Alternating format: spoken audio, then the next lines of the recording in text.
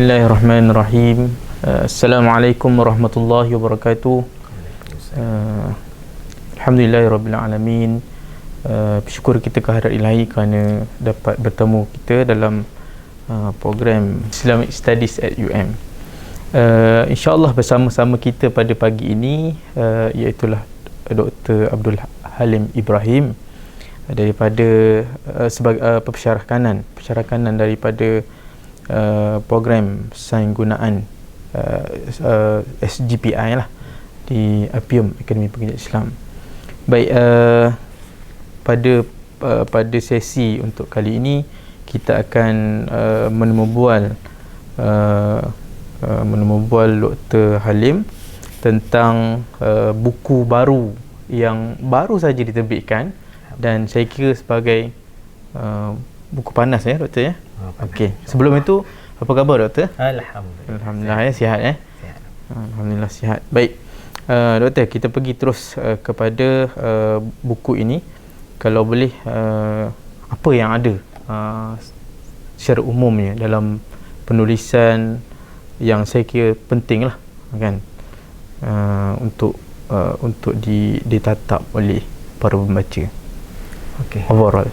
Bismillahirrahmanirrahim. Assalamualaikum warahmatullahi wabarakatuh. Terima kasih kepada saudara moderator rakan seperjuangan saya Dr. Safwan Harun.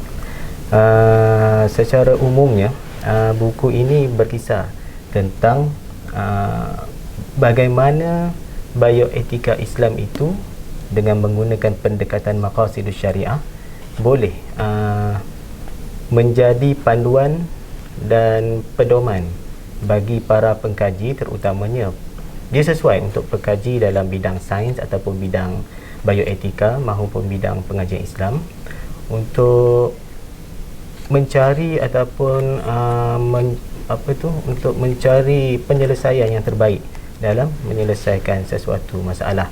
Jadi buku ini menerangkan tentang sedikit sebanyak konsep bioetika konvensional. Kemudian kita menyentuh tentang perbezaan antara etika, etiket dan etos.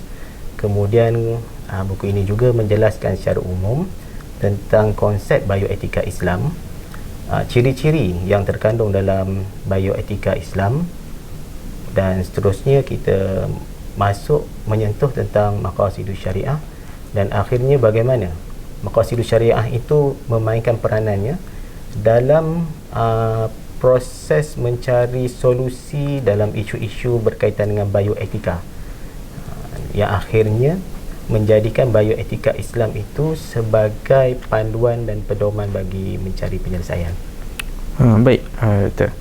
Jadi tajuk buku ini adalah Bioetika Islam, pendekatan berasaskan maqasid syariah. Di dalam buku ni doktor ada sentuhkan isu-isu etika ataupun macam mana sebab saya tak baca lagi. Okey, dalam buku ni saya membawakan contoh-contoh ataupun kes-kes yang berlaku dalam bidang sains dan teknologi dan bagaimana isu-isu tersebut kita rungkai, kita tackle menggunakan panduan bioetika Islam. Kalau boleh diberikan contoh. Contohnya antara perkara yang menimbulkan persoalan adalah seperti isu kalau dalam bidang perubatan misalnya, bagaimana seorang ataupun sekumpulan pakar bedah yang perlu menjalankan operasi pembedahan yang melibatkan masa yang sangat panjang. Jadi bagaimana cara untuk mereka memilih keutamaan antara meneruskan pembedahan ataupun untuk menunaikan kewajipan solat. Okey. Jadi di situ kita bawakan analisis, kemudian kita bawakan apa kepentingan maqasid yang terkandung dalam kedua-dua situasi ini untuk mencari keutamaan. Ya, betul. Ya. Okey, baik. Selebihnya itu kita tidak dapat bedah di sinilah. Kena baca. Okey, baik. Jadi dari sudut idea ataupun kita kata macam mana Dr. Halim menggarapkan sehingga jadi sebuah buku. Adakah ianya diambil daripada tesis Dr. Halim ke ataupun ada someone yang memberikan inspirasi untuk menulis dan sebagainya? Okey, pada awalnya yang menjadi inspirasi saya untuk menghasilkan buku ni adalah rentetan daripada saya menonton ceramah oleh Ustaz Abdul Somad. Yang mana di dalam ceramahnya beliau nyatakan, beliau menggesa supaya kita sebagai umat Islam ini sekurang-kurangnya menulislah sekurang-kurangnya sebuah buku. Supaya apabila kita tiada di bumi ini kelak, sekurang-kurangnya kita ada meninggalkan sesuatu untuk mereka yang tinggal. Kemudian buku ini juga merupakan sebahagiannya daripada geran penyelidikan yang bertajuk Autonomi, Kajian Perbandingan antara Bioetika Konvensional dan Bioetika Islam. Kajian bila tu? Sekitar tahun 2019-2020. Kemudian sebahagian lagi daripada buku ini diekstrak daripada tesis PhD saya juga. Yang mana ekstrak itu boleh digabungkan dengan hasil output daripada geran penyelidikan dan ada sedikit penambahbaikan di sana sini untuk menjadikan buku ini lebih bermakna. Nak kata lebih sempurna tu tidaklah sampai tahap kesempurnaan. Tapi lebih insya-Allah untuk bermanfaat kepada pembaca. Bermanfaat insya-Allah. Baik, jadi itu tiga faktor lah kita katakan daripada seorang tokoh ataupun seorang pendakwah lah kan, Dr. Abdul Somad, kemudian daripada grant, kemudian daripada tesis doktor sendiri, sehingga terbentuknya ataupun sehingga terhasil buku yang sangat-sangat dinanti-nantikan lah. Sebab bila kita sebut tentang maqasid syariah itu kan, maqasid syariah, pendekatan berasaskan maqasid syariah. Jadi kalau doktor ada datangkan teori ke ataupun kita kata framework yang khusus untuk bioetika Islam ke? Sebab dalam buku ni perbincangan tentang bioetika Islam ni masih lagi menjadi perdebatan dalam kalangan sarjana Islam. Sebab masih lagi mempertikaikan adakah wujud bioetika yang bersifat Islami? Islam ataupun yang bukan Islam. Jadi term tu sendiri. Ya. Dia sama juga dengan isu sains Islam. Masih lagi ada perdebatan. Tetapi saya memilih mereka yang berpendapat ada wujud bioetika yang bersifat Islam dan bukan Islam. Kerana Islam dan bukan Islam lah yang akan membentuk bagaimana kita melihat sesuatu isu, bagaimana kerangka bioetika yang kita akan gunakan. Jadi kalau bioetika yang bukan berasaskan Islam, pendekatannya lebih bersifat duniawi, lebih bersifat tidak tertakluk kepada pandangan wahyu. Sedangkan kalau kita tengok bioetika Islam itu asas utamanya mestilah berasaskan wahyu. Sama juga seperti sains kan? Ya, betul. Dan memang perkara ni ada dibincangkan khususnya dalam pembentangan saya berkenaan dengan ciri-ciri bioetika Islam. Di dalamnya ada diterangkan bioetika Islam ini mestilah berasaskan wahyu, berasaskan konsep fitrah yang ditetapkan Islam dan sebagainya. Okey. Jadi satu baik. Doktor, berapa halaman semua ni dan berapa lama doktor ambil masa untuk menulis dan juga untuk mencetak? Ada kos-kos tertentu ke? Mana tahu sidang-sidang pendengar kita nak tahu lanjut kan.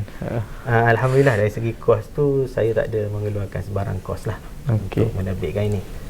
Dan proses untuk menerbitkan sahaja mengambil masa sekitar 1 tahun. 1 tahun daripada hantar. Daripada saya menghantar manuskrip. Maksudnya doktor hantar tahun lepas lah. Dalam bulan 6. Bulan Jun 2000. Setahun lebih lah. Sekarang bulan 8 kan. Kalau dari segi nak menyiapkan manuskrip tu sekitar 2 tahun lah. 2 tahun. Sebab ada beberapa perkara yang daripada tesis, daripada output kajian tu dah outdated. Outdated yang perlu ditambah baik, ada yang perlu dikeluarkan sebab kurang sesuai dengan tajuk sebagainya. Itu semua makan proses dan juga memerlukan masa yang masa dan juga ketekunan doktor ya. Memerlukan masa, tenaga, kemampuan. Tapi alhamdulillah lah, akhirnya inilah. Dan kepuasan tu dapatlah ya. Ya, betul. Setelah terbitnya. Baik, Doktor, buku ni disesuai untuk pembacaan di peringkat yang macam mana? Okey. Pertamanya buku ini disasarkan untuk pelajar. Pelajar-pelajar, terutamanya pelajar-pelajar saya yang mengambil kursus etika Islam dalam sains dan teknologi dan kursus ijtihad dalam isu-isu sains dan teknologi yang mana diajar di program sains gunaan dengan pengajian Islam. Keduanya sesuai untuk mereka yang terlibat dalam perbincangan ataupun perbahasan bioetika, sama ada bioetika konvensional maupun bioetika Islam. Sebab kedua-duanya disentuh dan kedua-duanya kita ada buat perbandingan. Kita bentangkan apa ciri-ciri keistimewaan bioetika Islam, apa ciri-ciri keistimewaan bioetika konvensional, dan bagaimana kedua-duanya boleh bersifat saling melengkapi. Kemudian mereka yang berminat dengan perbincangan yang bersifat perbahasan isu-isu sains dan teknologi moden, sebab di dalamnya kita sentuh bagaimana saya sebutkan tadi kan, antara isu selain daripada isu pembedahan, kita ada juga sentuh tentang isu teknologi bayi teriinduk, yang merupakan kajian tesis PhD saya, dan ada beberapa isu lain yang mana mereka yang berminat dengan perbahasan ini, sama ada dari pengajian Islam, dari pengajian sains, boleh mendapat manfaat daripada buku ini, insya-Allah. Insya-Allah. Baik. Okey. Saya yakin dan percaya bahawasanya ramai yang menanti-nantikan buku ini, dan buku ini sekarang telah selamat diterbitkan. Dan di mana kalau boleh kami semua dapatkan buku inilah. Sama ada melalui doktor ataupun atau boleh kita dapatkan autograf sebagainya kan? Boleh insya-Allah. Boleh hubungi saya kalau untuk dapatkan terus dari saya. Tapi saluran utamanya daripada penerbit Universiti Malaya sendirilah, UN Press. Dia ada apa melalui online ke atau sebagainya? Boleh diperoleh sama ada di halaman, website halaman tu ya. Website halaman ataupun di pusat jualan dia, halaman dekat rumah universiti satu. Itu fizikal lah. Itu fizikal, secara fizikal. Ataupun boleh dibeli melalui Shopee di UN Press. Okey. Jadi ada 3 kaedah ya, sidang penonton sekalian, untuk mendapatkan buku ini, sama ada secara fizikal ataupun secara walk-in, secara website di halaman ataupun di Shopee. Jadi saya kira buku ini satu buku yang bermanfaat untuk wacana, sama ada wacana bioetika Islam itu ataupun wacana maqasid asy-syariah. Sebab dia menggabungkan dua bidang ilmu dan bidang yang penting dan berkembang dalam konteks wacana semasa. Jadi satu sumbangan yang besar telah diberikan oleh Dr. Halim kepada kita, masyarakat lah, selaku masyarakat, dan juga khususnya sebagai sarjana yang terlibat dalam wacana-wacana ilmiah dalam pelbagai bidang. Baik, Dr. Halim ya. Ada kata-kata terakhir ke untuk penonton-penonton? Sepatah 2 kata. Boleh. Jadi saya berharap agar saudara-saudari penonton sekalian yang saya hormati boleh mendapatkan karya saya ini dan boleh mendapat manfaat. Diharapkan dapat manfaat daripada penulisan ini sebagai sama ada menambah ilmu pengetahuan ataupun sebagai satu bentuk bacaan ilmiah anda. Itu saja. Baik, Dr. Halim, terima kasih banyak kerana sudi ditemu bual pada program kita pada hari ini, dan insya-Allah kita akan bertemu lagi pada sesi-sesi akan datang. Terima kasih. Baik. Assalamualaikum warahmatullahi wabarakatuh. Waalaikumsalam.